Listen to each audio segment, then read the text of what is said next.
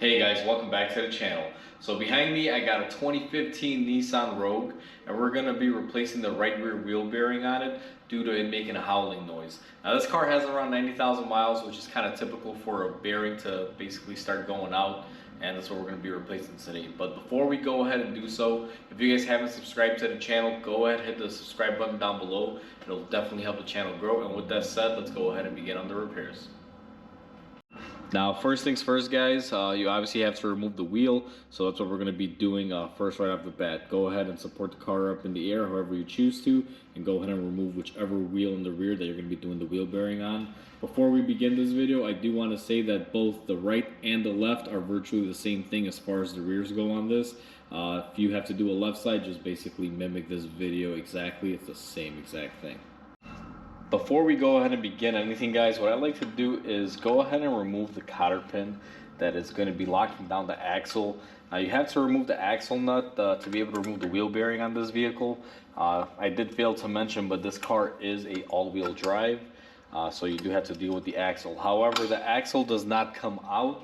All you're simply going to be doing is sliding the hub off of it. It's actually quite simple, and I'll show you guys here in a minute what I'm referring to. Now the next step in this is going to be to remove this axle nut. So let me go ahead and get my socket for that.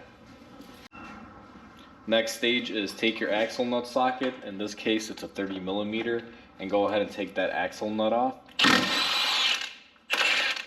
Now these shouldn't be on there with too much force, guys, so they should be able to come off fairly easy, unless it's been over torqued by anyone that's ever been in there. In this case, I believe this car is still on the original bearing, so nothing's been touched. Now, one thing that I do after I do this is I like to push the axle in. Now, this one is quite easy. This car is somewhat garage kept. The guy takes care of it, so the axle normally doesn't slide off this easy. If it doesn't, if you guys will notice right in here, I'll kind of zoom you guys in.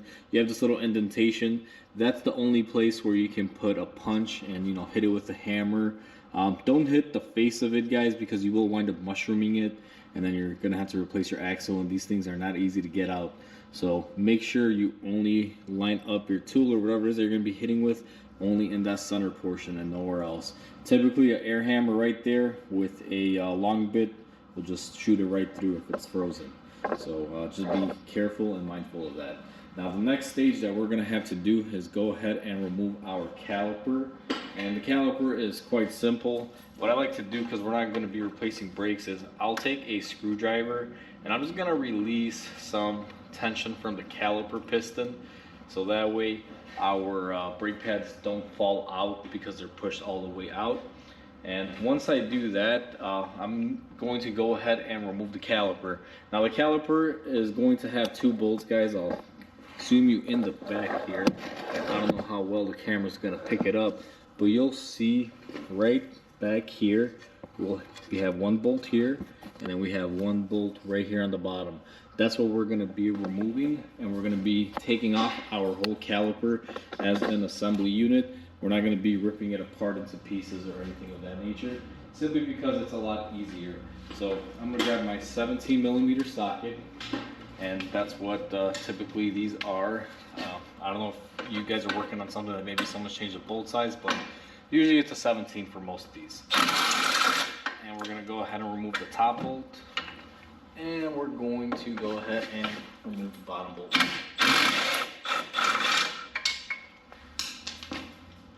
Once you do that, what you're going to want to do, and this is why we relieve the stress off the brake pads to push the piston in, guys, because the brake caliper will just come off effortlessly. And one thing to note, I don't like to let these things hang, so make sure you just set it somewhere sturdy. And after you do that, what you're going to want to do is go ahead and remove your rotor. Now this car has new rotors. I'll be honest with you, I'm not impressed with these. They have some groove cutouts in them, but you know, the customer just got them done somewhere else, so I can't really knock it. But go ahead and remove the rotor. This one comes off easy because again, it was just replaced, guys. If your car has been on the road for a little bit, do expect it to fight you on the rotor removal. Now that the rotor came off, guys, you will notice that we have our parking brake shoes here, and these things are pretty bad, to say the least. The previous shop didn't really do anything when they replaced the brakes on them, but either way, nothing I can do for that. But if you'll notice that our wheel bearing is encompassed in here, and I feel we may have an issue with the rear parking brake when we remove the actual hub here. I don't know if it's going to come off easily, or I may have to disconnect the shoe or not, but we're just going to go ahead and push forward. I know this can be very challenging, or it looks very difficult, but you never want to start removing anything just because you think it might be in the way. Sometimes automotive engineers do engineer these to come off without, you know, having to touch anything else. They can be engineered that way. Now, not always the case, guys, but it's a possibility. So what we're going to do is go ahead and start unbolting our wheel bearing from the back. Now I have to raise the car and show you guys where the bolts are. So give me a second, I'll be right back with you guys. So we are currently behind the car, and this is going to be very difficult to show, so I'm going to give you guys a glimpse. If you come in, and here's the back side, you have your shock right here, and you kind of follow your axle all the way in, you guys will see that you have one bolt here, one there, one here, and then there is another one just above it right there. That's kind of difficult to see. Those are your wheel bearing retaining bolts, and that's what you're going to have to remove. Now I'm going to go ahead and take those off. The best tooling that I would say would work, and I'll just show you guys what I like to use here.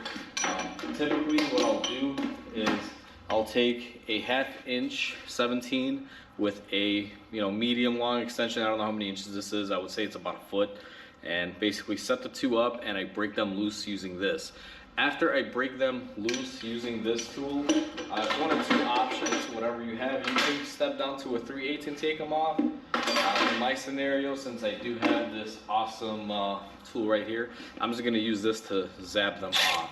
Now, I'm gonna go ahead and break those free, and I'll kind of give you guys a snippet of it, but to be honest with you, it's maybe difficult because I know I'm not going to be able to get in there and record to actually show you every little thing, but it's bolt removal, guys.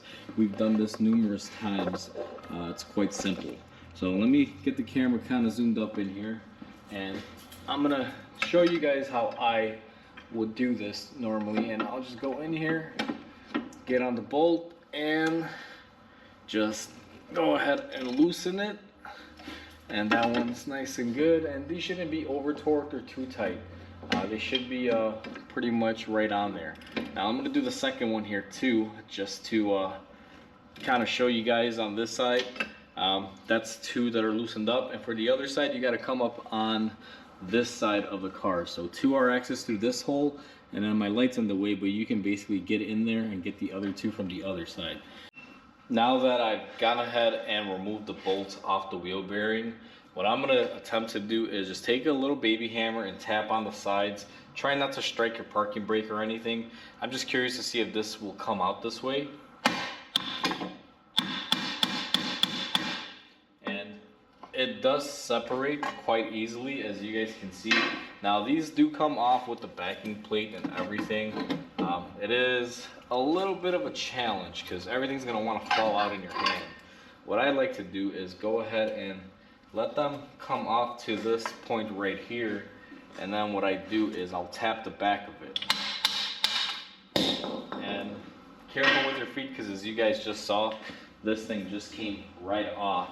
And just like I mentioned earlier, guys, if you look at this, it looked like the parking brake was going to be in the way and affect it, but realistically, the way it's engineered, you guys can see it has like a funky pattern. It's made to be able to come off without ripping anything else apart. On these cars, a lot of people will tell you to clean up and grind down these flanges and make everything flush. I would be very hesitant on that, guys. These do have a coating. What I tend to do on these is just wipe them off or use a little bit of a brush to clean them. Inside of the backing plate area right here, you're not going to really be able to clean anything off in there either. So I just give everything a wipe down as far as the cleaning goes. Now I'm going to go ahead and take my old wheel bearing and swap it out with the new one, and I'll be right back with you guys. So I've gone ahead and I got my new wheel bearing. What I like to do before I begin is I like to take my axle and just kind of line it up here, guys. You want to be very careful because you do have your ABS sensor there, so be very fragile with it. And what you're going to want to do, and it's not going to be the greatest because I know you can't see most of it, is I'm going to take my new bearing, go ahead and line it up on my backing plate. This part, you kind of got to play around with it. It should go on fairly easy. You just kind of got to maneuver it back and forth. And once you do that, what you're looking to do is line it up to where everything matches. This may take a little bit simply because they can be a little difficult to go back in. Let me see if I can just get mine line up here. Sometimes they go in on the first shot, sometimes you gotta spin them around. Alright, so mine needed to be spun around. And you want to kind of hold it up and keep your fingers on it because again, this is not bolted in as of yet. Now, I wanted to make sure my axle and everything was set in there correctly. And what I'm going to do here is just kind of sandwich the two together. This part of it, and I'm sorry because I have to kind of maneuver back and forth here, guys. I'm going to move the camera.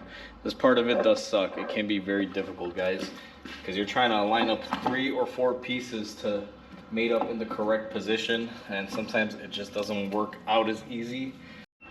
Now that I got everything positioned and lined up correctly, it's still pretty loose and it's hanging on there, guys. What you're going to want to do is take your bolt, and this part is going to be the challenging. Installation is always the trickier part. You're going to want to go in from behind and put one of them in to line it up. And once you do that, what you're going to want to simply do is push this in and start threading it and getting everything lined up. Now, you do have to line up the ABS bracket, the backing plate, and the bearing all in one. So it's 3 pieces that you have to mate successfully. This part of it takes a little bit of time. You're always going to be kind of moving it back and forth and playing around with it. But it does line up, and what I like to do is put one in the bottom corner and then one in the upper corner, opposite sides, to kind of hold the bearing in. Then I'll do my other 2 bolts, and then I'll start, basically mating them together and tightening up the bolts, but making sure I go gradually on each one. Now this process does take a little bit of time.